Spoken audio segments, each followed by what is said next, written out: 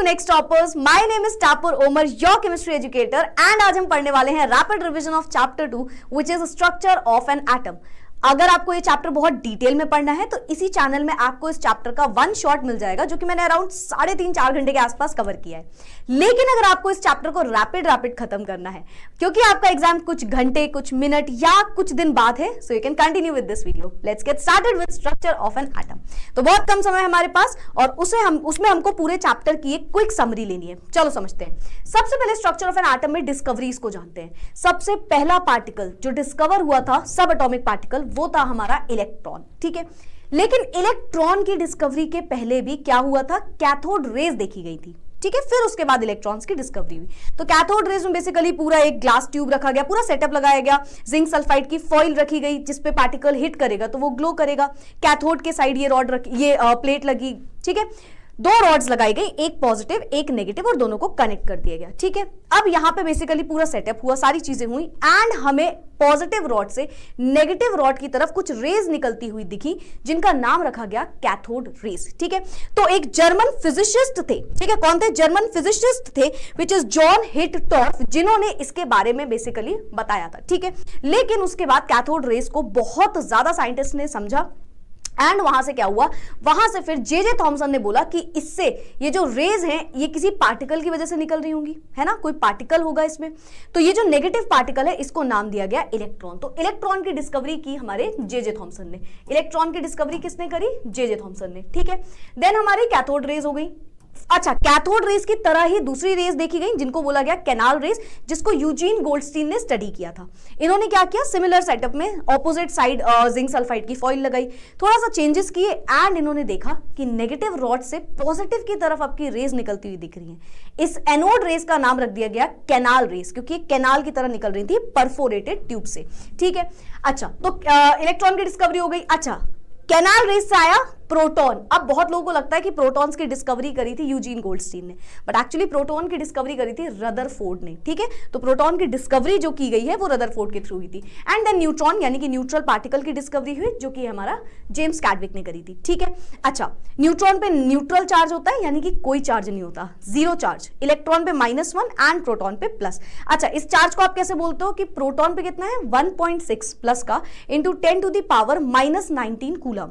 ठीक है, इलेक्ट्रॉन पे कितना है? माइनस का 1.6 इंटू 10⁻⁻19 कूलम। ठीक है, प्रोटॉन पे बस इसको पॉजिटिव कर दो और इलेक्ट्रॉन पे इस वैल्यू को नेगेटिव कर दो। ठीक है, अब आते हैं हम एटॉमिक मॉडल पे। बहुत से साइंटिस्ट ने अपना अपना स्ट्रक्चर ऑफ एन एटम बताया, यानी कि किस तरीके से मॉडल होगा एटम का।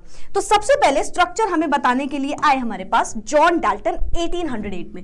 1808 में जॉन डाल्टन ने एटम का स्ट्रक्चर बताया, एकदम बेसिक स्ट्रक्चर इन्होंने बोला। इन्होंने एक बात बोली कि एटम को वापस से आप सब डिवाइड नहीं कर सकते, यानी कि एटम इज नॉट डिविजिबल, इसको तोड़ा नहीं जा सकता, जो कि इनका एक फेलियर बन गया क्योंकि atom is further divided into 3 parts, protons, neutrons and electrons. तो जॉन डाल्टन ने बहुत बेसिक बात बताई थी एटम के बारे में। ठीक है, कि ये होल ऐसा देखोगे तो आप ये न्यूट्रल है। ठीक है, इसमें कुछ यू कैन से चार्जेस हैं, बट इन्होंने सब एटॉमिक पार्टिकल की बात ही नहीं करी। ठीक है, और बहुत सी इनकी ऐसी बातें थी जो कि एक लिमिटेशन बन गई इनके स्ट्रक्चर के लिए। फिर आया थॉमसन एटॉमिक मॉडल।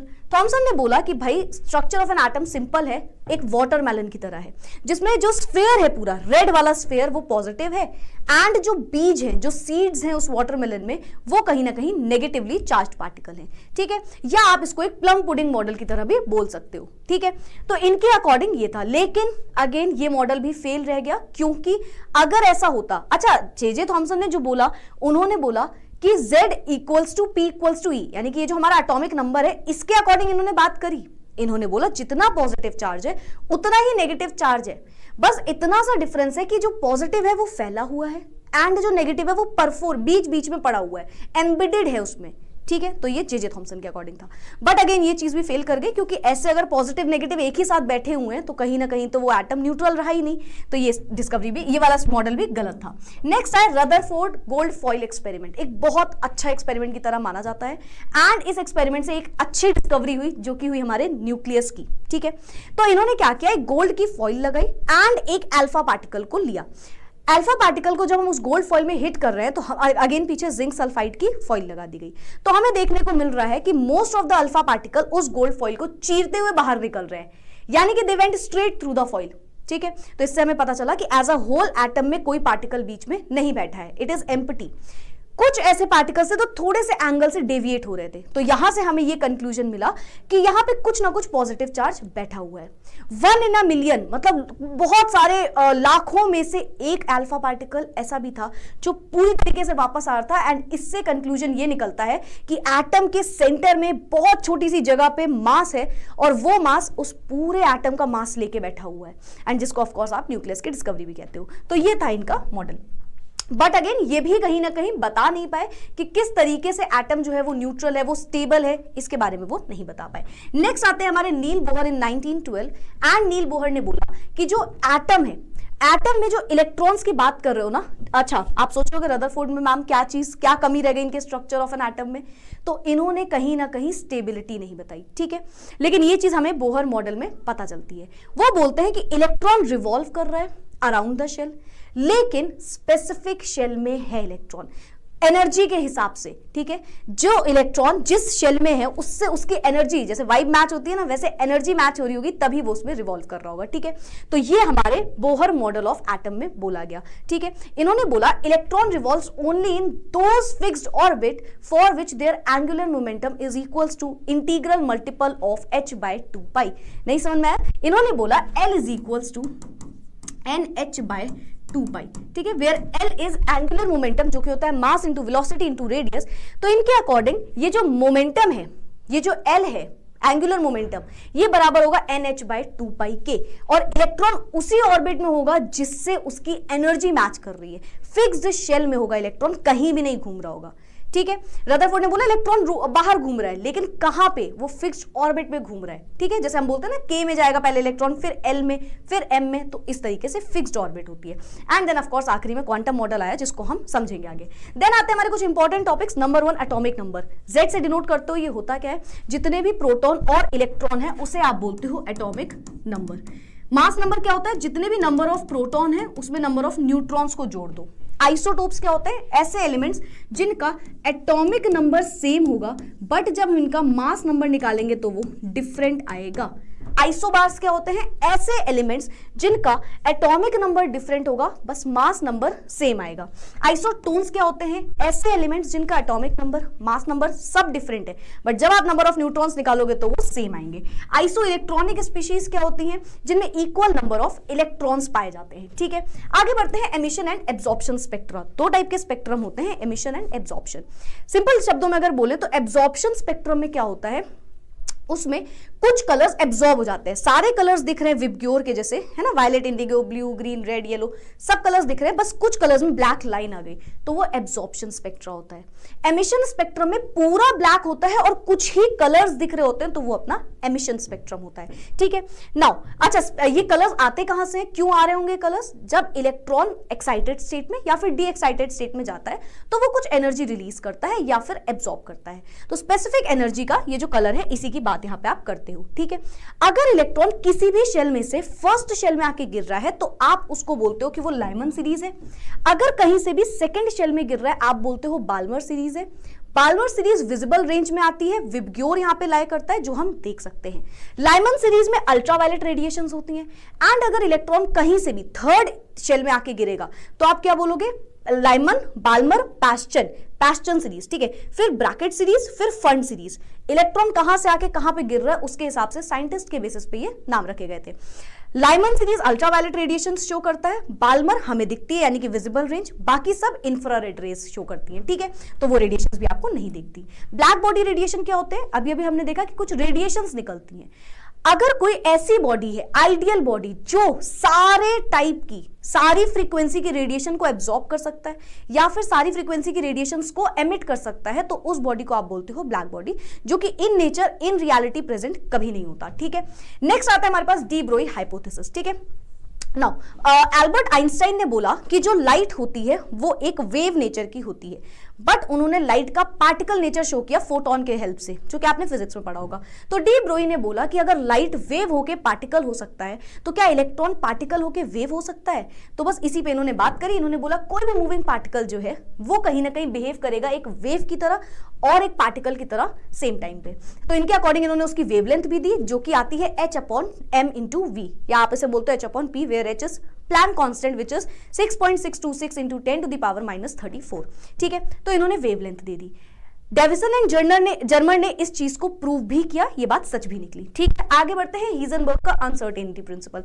हीजनबर्ग ने बोला कि अगर एक मूविंग बॉडी है, अगर कोई भी एक मूविंग बॉडी है, तो आप अगर कभी भी उसका पोजीशन निकाल लेते हो तो आप उसका मोमेंटम नहीं निकाल पाओगे, और अगर आपने उसका मोमेंटम निकाल लिया तो सेम टाइम पे आप उसकी पोजीशन नहीं निकाल पाओगे। ठीक है, calculate it is not possible to calculate exactly both position and momentum of a body, fast moving body. ठीक है, अच्छा, तो इनके अकॉर्डिंग अगर आप मल्टीप्लीकेशन करते हो delta X and delta P, delta X क्या है? Error in momentum, sorry error in position, और delta P error in momentum. अगर आप इसको निकालते हो इनका मल्टीप्लाई करके, तो फॉर्मूला क्या आता है कि वो बराबर, इक्वल और बराबर आएगा। इक्वल और बराबर तो एक ही चीज होते हैं, ग्रेटर दैन और इक्वल होगा h/4πk। तो ये हीजनबर्ग का अनसर्टेनिटी प्रिंसिपल था। अब आते हैं हम क्वांटम मैकेनिकल मॉडल पे। क्वांटम मॉडल पे आते हैं। छोटे से पार्टिकल्स की यहाँ पे बात हो रही होती है और ये कहीं ना कहीं वेव नेचर इलेक्ट्रॉन का बता रहा होता है। तो इसमें 4 क्वांटम नंबर्स आपको पढ़ने हैं, principal quantum number, azimuthal quantum numbers, magnetic quantum number and spin quantum number. Principal quantum number हमें बताता है मेन शेल के बारे में, एंड ये मेन शेल से एटम का साइज भी बता सकता है। जैसे कि K, L, M, N आप पढ़ते हो तो वो प्रिंसिपल क्वांटम नंबर की वैल्यूज है। तो N की वैल्यू 1, 2, 3, 4 हो सकती है, एंड उसी के बेसिस पे K, L, M, N आप बोलोगे। ठीक है, नेक्स्ट आता है एजीमुथल क्वांटम नंबर। ये हमें बताता है इलेक्ट्रॉन शेल के अंदर किस सब शेल में है, SPDF किस सब शेल में है, ये हमें एजीमुथल से पता चलता है। तो ये हमें सब शेल का यू कैन से बारे में बताएगा, एंड साथ ही साथ उस सब शेल की शेप क्या है ये भी बताएगा।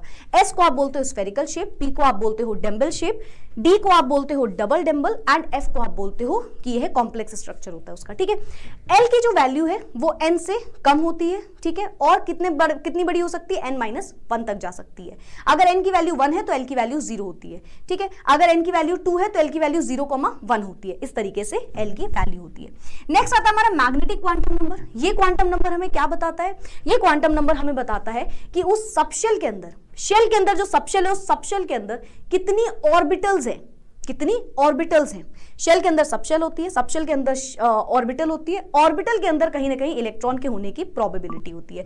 तो ये हमें उस नंबर ऑफ ऑर्बिटल के बारे में बताता है, एंड साथ ही साथ ओरिएंटेशन के बारे में बताता है। ठीक है, तो अगर L की वैल्यू 0 है तो S में जाता है ना, 1 है तो P में, 2 है तो D में, 3 है तो F में। इसी तरीके से मैग्नेटिक क्वांटम नंबर निकालते हो आप। ये कैसे निकलता है? -L से लेकर के +L तक की वैल्यू। 0 के लिए ये 0 वैल्यू, 1 के लिए ये 1 के लिए वैल्यू क्या होगी? -1, 0 और 1 है ना, इस तरीके से इसकी वैल्यू निकलती है। लास्ट होता है स्पिन क्वांटम नंबर। ये हमें बताता है कि जो इलेक्ट्रॉन ऑर्बिटल में गया है वो किस डायरेक्शन में मूव कर रहा होगा, क्लॉकवाइज या फिर एंटी क्लॉकवाइज। तो इस तरीके से आप +½ या -½ बोल सकते हो किसी को भी। देन आता है हमारा पॉली एक्सक्लूजन प्रिंसिपल। ये बोलते हैं कि कभी भी 2 इलेक्ट्रॉन्स के बीच में same set of quantum numbers आपको देखने को नहीं मिलेगा। हो सकता है N, L, M की वैल्यू बराबर आ जाए, तो अगर ये तीनों बराबर है तो S की वैल्यू हमेशा डिफरेंट होगी। 4 set of quantum numbers 2 electron के लिए कभी भी सिमिलर नहीं हो सकते। No 2 electrons in an atom can have same or identical set of quantum numbers. ठीक है, देन आते हैं हमारे अफबाउ प्रिंसिपल, जो कि आपको इलेक्ट्रॉनिक कॉन्फ़िगरेशन सिखाते हैं। ठीक है, तो अफबाउ प्रिंसिपल बेसिकली बोलता है एनर्जी डायरेक्टली प्रोपोर्शनल है N+L के। तो N+L रूल आप लगाते हो यहाँ पे, जिसकी वैल्यू कम आएगी उसमें इलेक्ट्रॉन पहले जाता है, और उसके अकॉर्डिंग इन्होंने इलेक्ट्रॉनिक कॉन्फ़िगरेशन दी। लिख सकते हो 1s2, 2s2, 2p6, 3s2, 3p6, 4s2, 3d10, इस तरीके से इलेक्ट्रॉनिक कॉन्फ़िगरेशन होती है। ठीक है, S में 2 इलेक्ट्रॉन जा सकते हैं, P में 6 इलेक्ट्रॉन, D में 10 इलेक्ट्रॉन, एंड F में 14 इलेक्ट्रॉन्स जा सकते हैं। ठीक है, तो ये इलेक्ट्रॉनिक कॉन्फ़िगरेशन हो गई। ठीक है, अच्छा, इलेक्ट्रॉनिक कॉन्फ़िगरेशन करते टाइम 2 आपके पास एक्सेप्शंस भी आते हैं, क्रोमियम एंड कॉपर में। ठीक है, उसे ध्यान जरूर रखना। लास्ट आता है हमारे पास Hund's rule. Hund's rule of multiplicity बोलता है बेसिकली पेयरिंग ऑफ इलेक्ट्रॉन्स के बारे में, कि कभी भी आप इलेक्ट्रॉन्स की पेयरिंग करते हो तो पहले किसी भी ऑर्बिट में, मान लो ये P शेल है, P सबशेल की बात हो रही है। ठीक है, तो पहले इलेक्ट्रॉन सिमिलर डायरेक्शन में पहले फिल होता है, फिर उसके बाद पेयरिंग होती है ऑपोजिट डायरेक्शन में। तो इस तरीके से हंट्स रूल ऑफ मल्टीप्लिसिटी पता चलता है। चलो, तो ये हो गया हमारा पूरा का पूरा चैप्टर, बहुत शॉर्ट में है। अगेन आई एम सेइंग, अगर आपको डिटेल में देखना है तो आपको लेंथी वीडियो देखना पड़ेगा। साथ ही साथ आपके लिए मैम ने यहाँ पे कुछ फॉर्मुला शीट भी बना दी है, तो if you want to take the screenshot you can. अच्छा, यहाँ पे एक चीज और, यहाँ पे ना मैंने फॉर्मुला यहाँ भी लिखा था, ठीक है, ये वाला भी फॉर्मुला लिखा होता, लेकिन ये आपको फॉर्मुला शीट में भी देखने को मिल जाएगा। तो सारे के सारे फॉर्मुलाज हैं, टेक द स्क्रीनशॉट, ठीक है। ये देखो यहाँ पे भी ले लो भाई, ठीक है। एच क्या है, प्लैंक कांस्टेंट है। एल क्या है, एजिमुथल क्वांटम नंबर है, ठीक है। यहाँ पे एन क्या है, एक इंटीजर है। एच क्या है, वही सेम अपना प्लैंक कांस्टेंट, ठीक है। आर क्या है, रिडबर्ग कांस्टेंट होता है। इसके 1/r की वैल्यू याद रखना 911 एंगस्ट्रॉम 911 एंगस्ट्रॉम होता है 1/r की वैल्यू, ठीक है। एन क्या आता है, जिससे इलेक्ट्रॉन आया, जिस पे इलेक्ट्रॉन आया वो n1, जिससे इलेक्ट्रॉन आया है वो n2, ठीक है। Z क्या होता है, एटॉमिक नंबर होता है। P क्या होता है, मोमेंटम होता है। तो इस तरीके से यहाँ पे फॉर्मूला लिखा है, take the screenshot and yes. चलो भाई, सो आई होप सबको सारी चीजें समझ में आ गई होंगी। That's it for today. अब हम मिलेंगे अगले चैप्टर के रैपिड रिवीजन के साथ। ज्यादा रैपिड लगा हो तो स्लो मोशन पे लगा के सुन लेना। That's it for today, see you all in the next video. Bye bye, take care and keep studying. Thank you everyone.